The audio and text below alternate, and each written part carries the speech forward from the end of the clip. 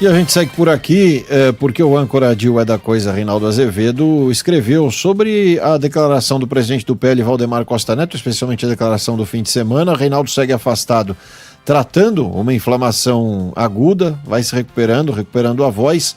E com as ferramentas de inteligência artificial, como feito desde a semana passada, de maneira inédita, aliás, a Band News FM deu voz ao comentário do âncora de Ué da Coisa. O texto é inteiramente de produção do Reinaldo. A locução, como você vai perceber, é uma reprodução da voz dele, então vamos acompanhar.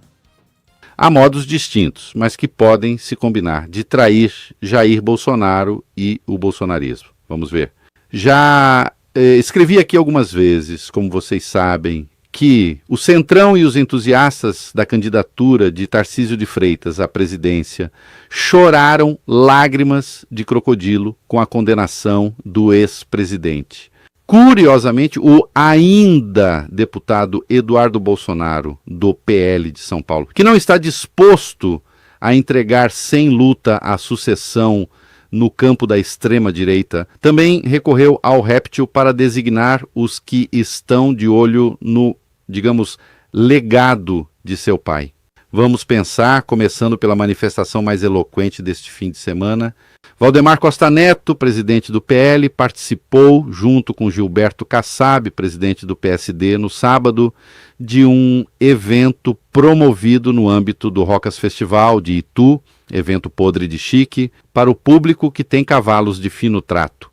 O mediador da conversa foi o deputado estadual Tomé Abduch, do Republicanos de São Paulo, um bolsonarista radical. Quando não mais do que alguns metros separam a política do estábulo, ou o coice passou a ser uma categoria de pensamento, ou o pensamento descobriu a metafísica do coice. Aguardo manifestação em defesa dos jumentos, que correm o risco de entrar em extinção. Refiro-me aos que se movem sobre 4 apoios, naturalmente não aos bípedes, que se multiplicam mais do que o javaporco. Sigamos nesta zoologia do desassossego. Valdemar resolveu refletir. Ele afirmou, olha, houve um planejamento de golpe, mas nunca teve o golpe efetivamente. No Brasil, a lei diz o seguinte, se você planejar um assassinato, planejou tudo, mas não fez nada, não tentou, não é crime. O golpe não foi crime. O grande problema nosso é que teve aquela bagunça no 8 de janeiro e o Supremo diz que aquilo foi golpe.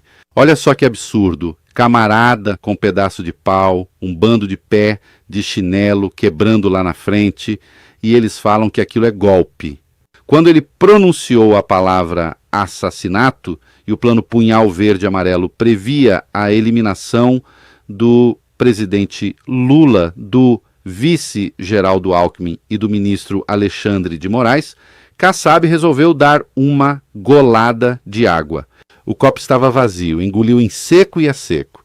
Será que Valdemar estava apenas dando tiro no pé?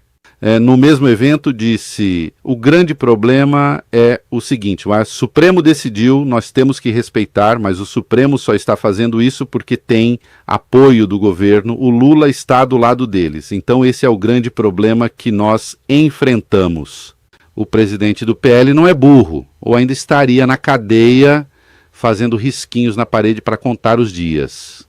Em vez disso, preside o partido que, individualmente, tem o maior fundo eleitoral e a maior bancada na Câmara. É como se dissesse, acabou essa conversa de Bolsonaro decide, serei Valdemar na vida, nego o golpe e reconheço a sua existência ao mesmo tempo. Busco atrair a direita e tento evidenciar que Bolsonaro tem um poder tóxico. O homem incidiu em outra estratégia que não é autorizada pelo núcleo duro do bolsonarismo. Chamou os condenados do 8 de janeiro de pés de chinelo, o que, convenham, complica a conversa sobre anistia, e insistiu na tecla, já abandonada pelos radicais, de chamar o ato daquele dia de infiltração petista. Os bolsonaristas, digamos, autênticos, sentiram cheiro de carne queimada, de capitão, e reagiram muito mal. Há um modo mais sutil de trair, exercendo-se uma espécie de concupiscência da fidelidade, que é o que faz Tarcísio. Entendam, o fiel concupiscente é aquele que faz questão de chamar a atenção para a grandeza de sua devoção, deixando claro que espera uma paga. É o que passou a fazer o governador de São Paulo. O antes interlocutor do Supremo desandou a atacar o tribunal de maneira furiosa.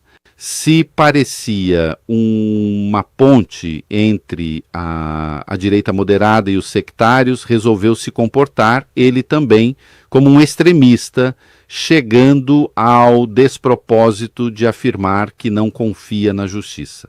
Eduardo avaliou que tanta sujeição está à espera de uma retribuição. E mais, Tarcísio decidiu se colocar como o grande articulador da anistia, que não passaria pelo crivo do Supremo, e tinha decidido dar plantão em Brasília nesta segunda. Desistiu. Pesquisa Datafolha divulgada neste sábado mostra que 54% se opõem à anistia para Bolsonaro. Só 39% a aprovam. Em relação aos golpistas, do 8 de janeiro, a rejeição chega a 61%. Só 33% concordam com ela. Um interlocutor do governador lhe perguntou se fazia sentido que ele lutasse mais para pôr fim às punições do que a própria Michelle. Lideranças moderadas do Centrão acham que ele está queimando a largada. Mas por que, Reinaldo, você fala em modo Tarcísio de trair? Porque é evidente, é da natureza do jogo, não importa quantas juras ele faça, que se eleito presidente, seu destino é pecar, como na obra de Susana Flagg, pseudônimo de Nelson Rodrigues. Em vez de ser um guardião do patrimônio político da família Bolsonaro, terá de construir o seu. Tarcisistas fazem um raciocínio algo simplista para evidenciar que Bolsonaro terá de escolher Tarcísio e pronto. O governador de São Paulo seria a melhor alternativa para vencer Lula. E se deve pensar na indicação dos 3 ministros do STF, que será feita no próximo mandato, o que poderia mudar o equilíbrio de forças no tribunal e garantir a aprovação da anistia ou indulto. O cálculo padece de certo simplismo. Em 2028, assume o substituto de Fux, ainda que o presidente seja de direita, trocar-se-ia com todas as vênias um Fux por outro. Em 2029, será a vez de Carmen Lúcia deixar o tribunal. Nesse caso, sim, poderia haver uma mudança importante de posição. Os reacionários passariam a ter 4 votos, então. Gilmar Mendes faz 75 anos só em 30 de dezembro de 2030. A possibilidade de que Bolsonaro recupere a sua elegibilidade em tal ano é obviamente remota. E mais, elegendo-se um conservador, como gostam de dizer os finórios, porque ele não buscaria a reeleição.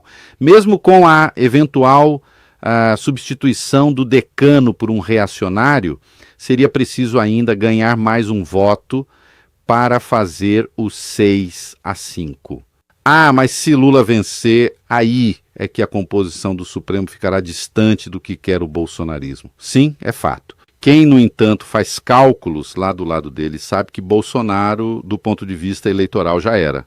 E mais, sua saúde o predispõe, não vai demorar, a uma eventual prisão domiciliar. O cálculo de longo prazo para o núcleo duro do bolsonarismo segue sendo um só, um modo de a família não ser engolida pela dinâmica da política. E eles sabem que, nesse caso, só a direita pode tentar engolir a extrema-direita. Entre as esquerdas e a extrema-direita, há a fidelidade do ódio eterno. Por óbvio, só trai quem está próximo. Inexiste traição entre inimigos. Em síntese, o núcleo duro do bolsonarismo terá de escolher entre existir comemorando a derrota ou desaparecer, lastimando a vitória. Reinaldo Azevedo, que voltará ao longo do É da Coisa de hoje, falando também sobre as pesquisas. Tivemos a divulgação de uma pesquisa da Datafolha no fim de semana e tem a análise do Reinaldo Azevedo daqui a pouquinho aqui no É da Coisa. Brasil!